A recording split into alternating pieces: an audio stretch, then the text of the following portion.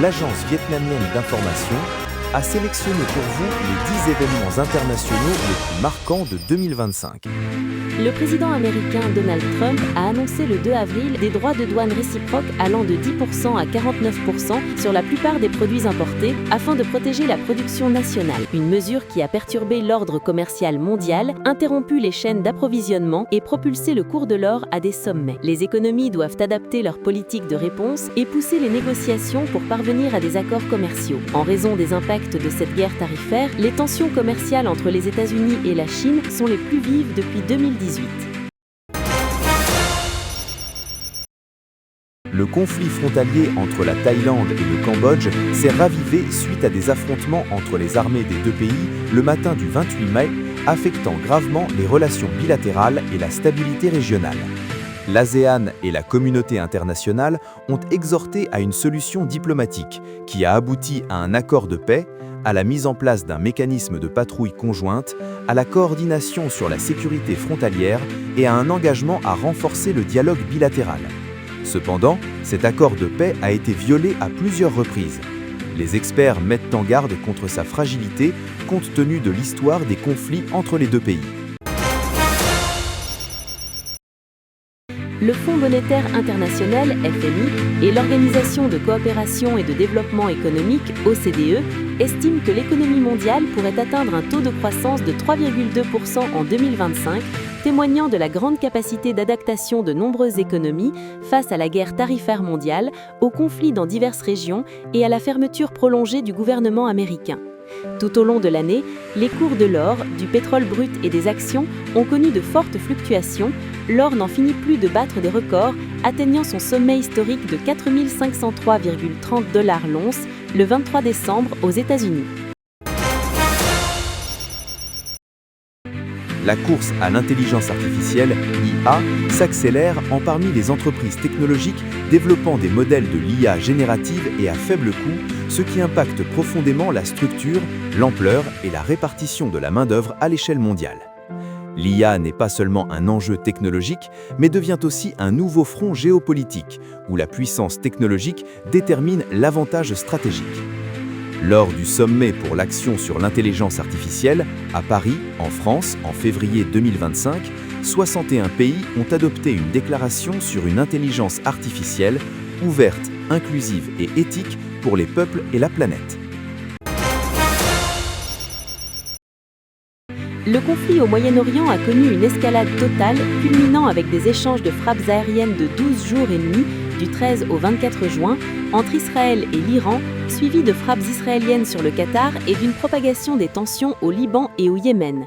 Grâce à des efforts diplomatiques, Israël et le Hamas sont parvenus à un cessez-le-feu et un accord d'échange d'otages, mais le processus de paix demeure fragile et vulnérable en raison de calculs stratégiques et d'un manque de confiance entre les parties.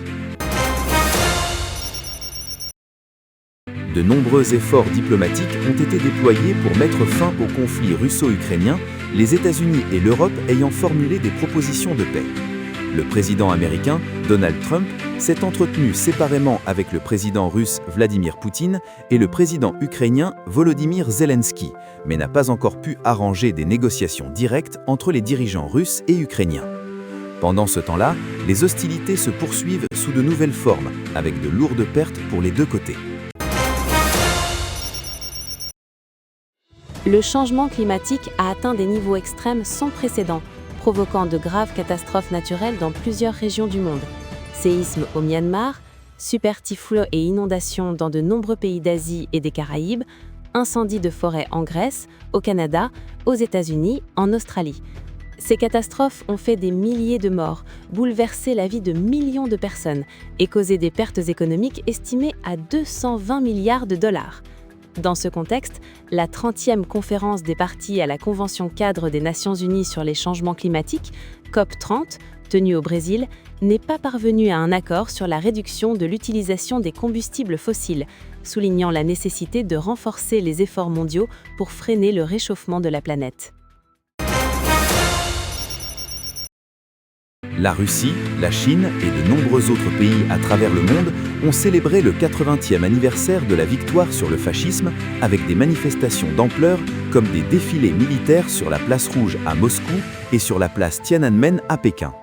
Cet événement a rappelé la victoire historique remportée au prix d'immenses sacrifices des nations, notamment le rôle décisif de l'armée et du peuple soviétique, et a envoyé un message fort sur la responsabilité mondiale partagée, prévenir l'extrémisme et le néofascisme et œuvrer pour un monde paisible, stable et durable.